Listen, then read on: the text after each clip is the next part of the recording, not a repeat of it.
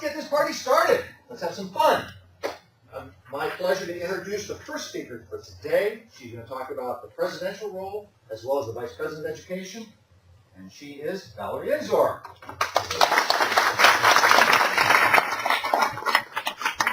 Yes, and welcome everyone once again.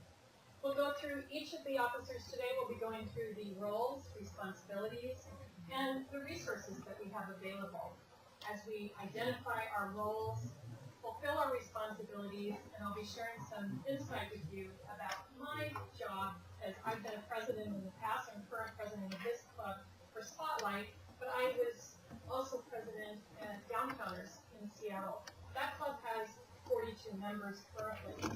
At the time that I joined it had around 32.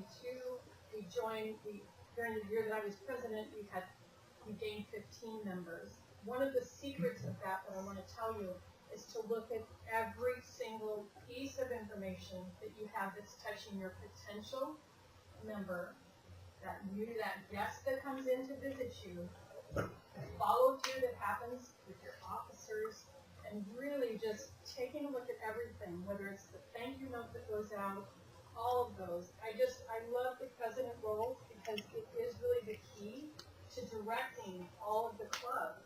The energy that you bring to it. And it's not just me that made those 15 members. It wasn't. And we'll talk about that as we go through how all of the officers really, really work together. The vice president education role. That role is critical. That is one of the busiest roles. That one, I would just say schedules. Because that really, there are so many things that work around that schedule. People coming to you in that vice president education role. You have the club meeting, obviously. We'll talk about outside the club and the executive committee. The executive committee are your other officers that you have. So before the club meetings, talk to your vice president education ahead of time. Make sure that you know this should really happen in your officer meetings to find out whether you have special recognition for people. Make a big deal of it. I know that Todd Pettaback, our district director, he really wants us to, really make a big deal of it. When someone is halfway through their CC manual, their conflict communicator manual, they've done 5 speeches, encourage them. Because how many times have we had people come into our club, they feel like they've gotten what they need, and they move on. But with that encouragement, we can continue to bring them back and keep them engaged with the other members in our club. Plan your business portion of the meeting. You'll do that ahead of time. You know what's coming up, hopefully. And ask your members as well. Make sure that they're a part of it. Asking them, getting feedback as you progress through your meetings. Review parliamentary procedure. That just means that you know how to run a business meeting. If you want to look up Robert Rules of Order, you can. You can Google that. There's really nice cheat sheets to be able to do that if you haven't run meetings before. I also want to add that as you do each of these officer roles, we're learning. So we're expected to know the job, yet who might not have experienced it yet. Do we have anybody here that is brand new to being an officer? Excellent.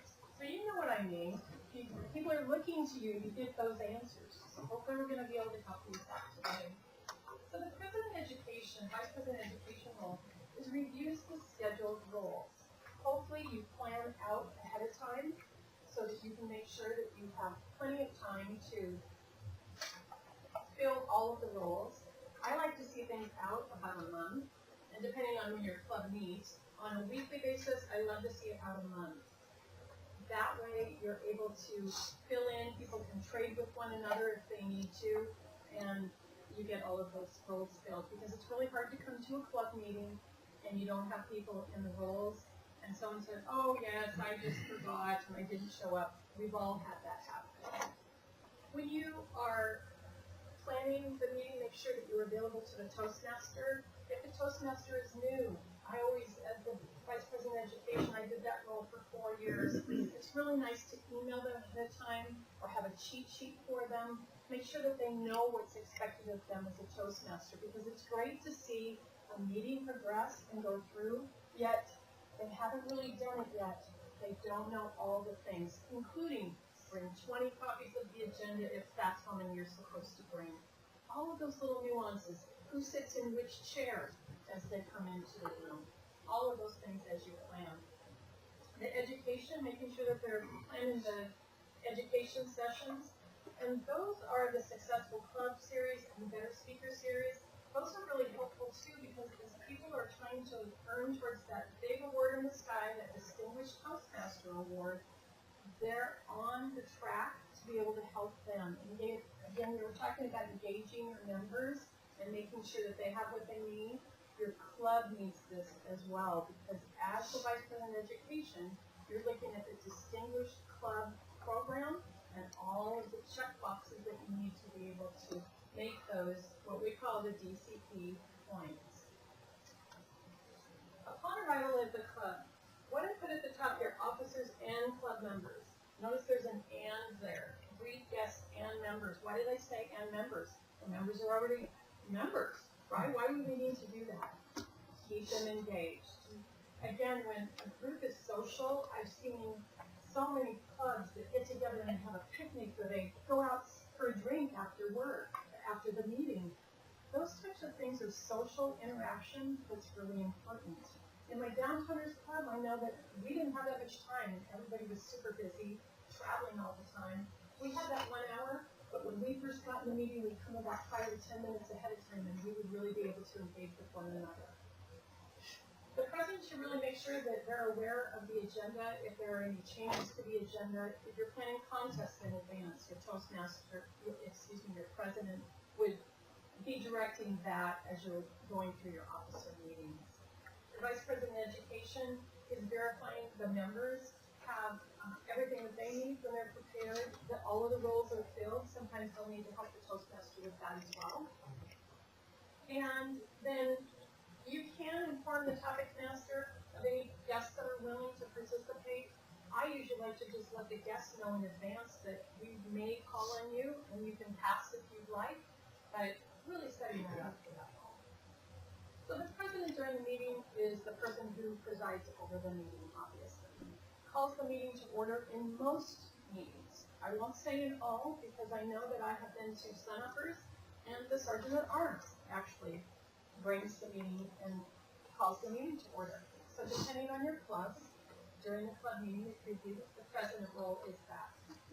Introducing guests to make sure that those guests are welcome, and at the end also thanking them for being at the meeting.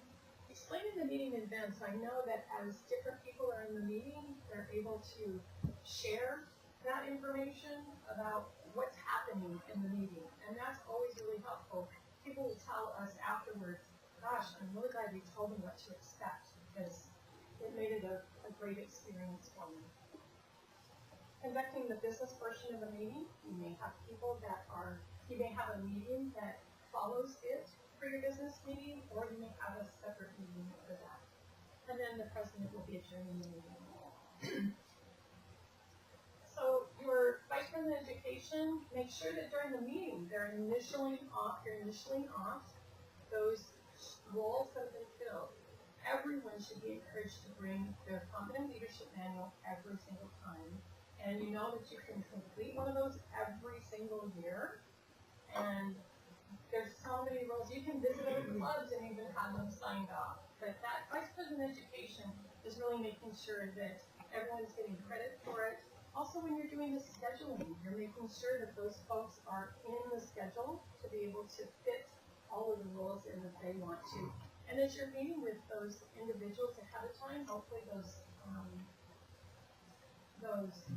new members, you're seeing what track they need to be on. But during the meeting, you're going to answer any questions that might come up about the education program as well. And speech contests, we have contests twice a year, and definitely those are in swing right now for many clubs. So during the meeting, answering those questions, and making sure that you know when those meetings are being held as well.